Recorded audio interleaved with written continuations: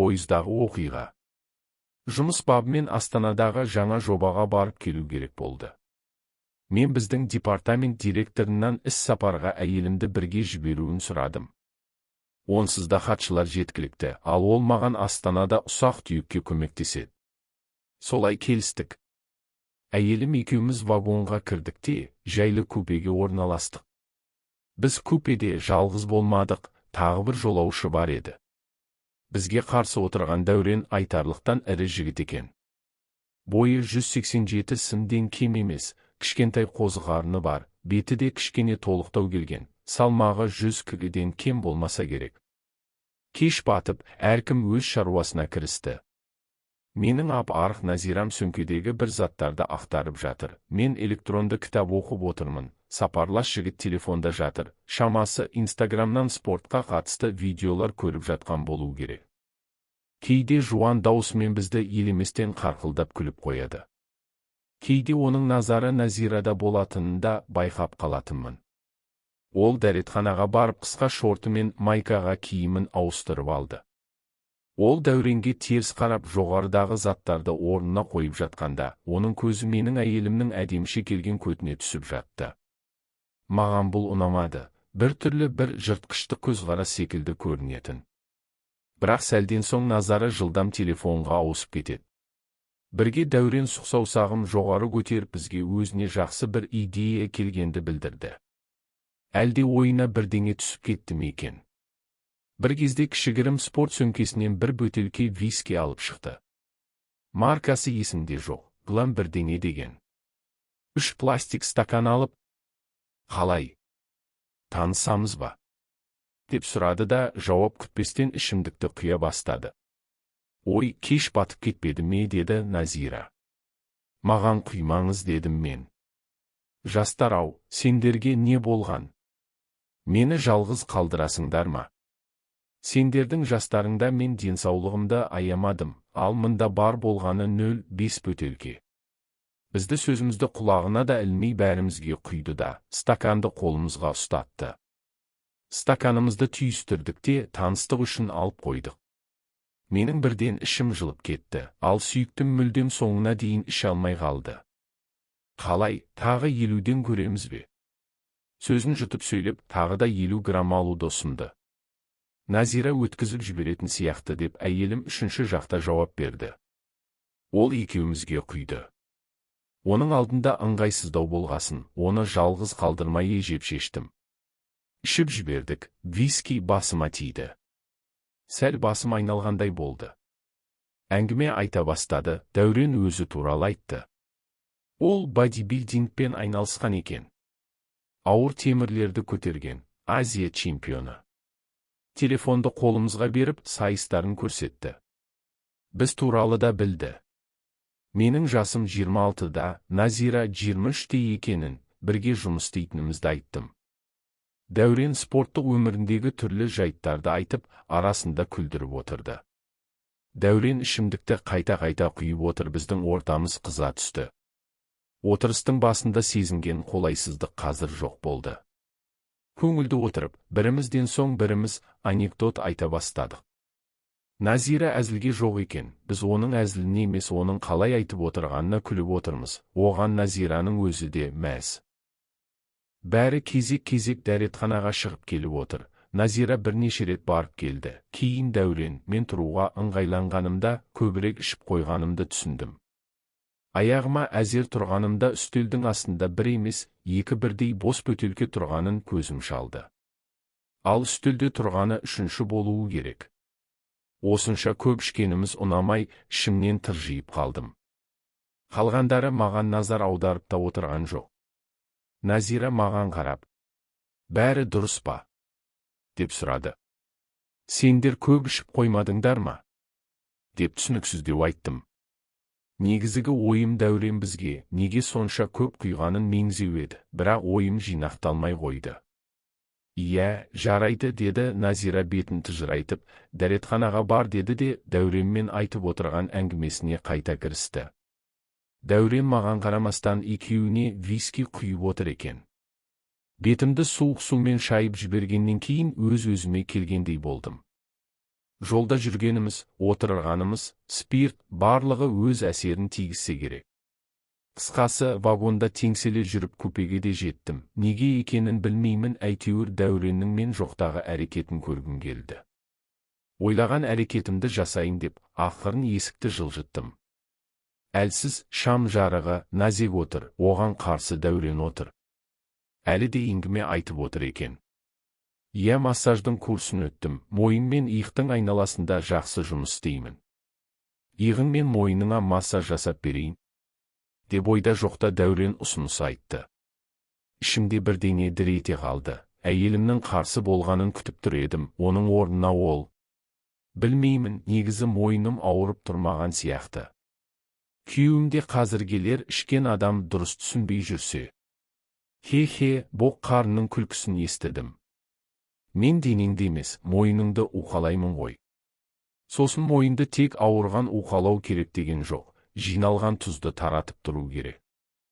Жарайды, мас даусымен жаным келісімін берді. Ары қарай купеде керуеттің тырсылына ұқсайтын бір дауыстар естілді. Міне, мына жерге отыр деді Дәурен керуеттің тырсылы, сосын тыныштық. Бірер сәттен соң әйелімнің дауысы, анығырақ оның ауыр дем алғаны естілді. О, қолың жақсы екен деді ол. Тағы да 3-4 минут өтті. Сенің күйеуің көпке айналды ғой деді Дәурен. Шынымен, оған бірдеңе болып қалған жоқ па екен? Барып қарап келу керек деді Назик. Оған не болсын? Көп болса басы айналып құсып жатқан болар.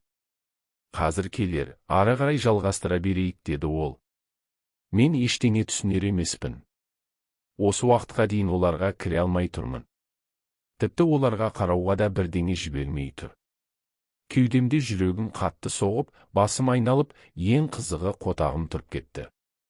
Қызық, мынау қайдан шыққан нәрсе? Бөтен еркектің әйеліме массаж жасағанын есту мені қоздырып тұр деп ойладым, мына тоқтату керек. Мен мүмкіндігінше әдеттегідей кіруге тырыстым. Есікті ашып, Дәуренге арқасын беріп отырған әйелімді көрдім. Дәурен болса, сәл түпке қарай отырып, аяғымен әйелімді орап отыр. Әйелімнің қолының оның үлкен аяғының үстінде жатыр. Оның майкасы мен лифчигінің жіптері түскен. Дәурен иығына массаж жасап отыр. Оның еріндері әйелімнің құлағына жақын тұр. Еріндері сәл ашылған және арасында ыстық деммен құлағына үрлеп қояды. О, бауырым, ұзаққа айналдың ғой деді дәу жігіт. Не істеп отырсыңдар? Деп сабырлы үнмен сұрадым. Әйелім көзін ашып. Жаным, маған Дәурен массаж жасап бергісі келді, ол курстан өткен екен. Сертификаты бар, массажист деді Назира, сосын қалайсың? Бәрі жақсы ма? Деп сұрады. Иә, жақсымын. Дедім де вагон ресторанға барып келдім деп қоса салдым. Жарайды, қазір кішкенен отыра тұр.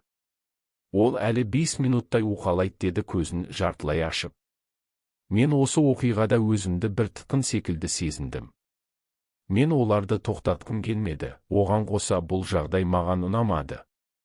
Мен қарсы орынға отырдым да қарап отырдым. Басқа істерге амалым болмады.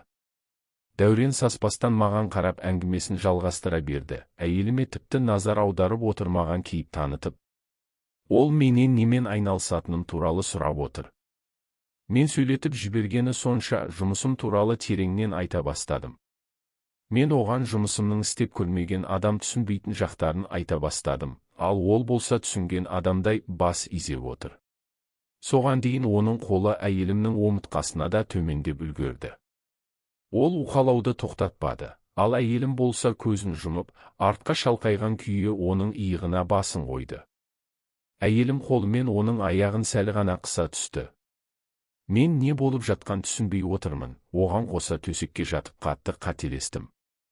Ішімдікпен жолдың әсерінен тез масайып ұйқыға тартып кетті, әңгімем де түсініксіздеу болып барады. Солай, біз осының бәрін демалыс бойы жасадық, әйтпесе үлгермей қалушы едік дедім мен. Аха, жеп жауап берді Дәурен. Мен көзімді жұмып, әңгімемді жалғастыра бердім, бірақ сөзімнің арасындағы үзілістер ұзара берді. Түсінікті маған бір сөздері естілді, ал мен жауап бердім. Тағы да үзіліс. Мені ұйқыға кеттім. Көзім қарауытып жатып, сыбырлап шыққан бір сөздерді естідім. Оның мазасын алмайық, шаршап қалыпты деді сыбырмен Дәурен. Қараңғыда бір тырсылды естідім де, менің үстіме жабылған көрпені сездім. Оны жоғарыға көтеріп тастайын ба? Деп сұрады Дәурен. Тек абайлап көтермесең деді әйелім. Қарсы келетін күшім болғанда жоқ. Ана дәу жігіт мені оп-оңай көтеріп алды да, жоғарыға жатқыза салды. Оған қоса қабырғаға бұрып қойды. Енді жатамыз ба? Деді Назира.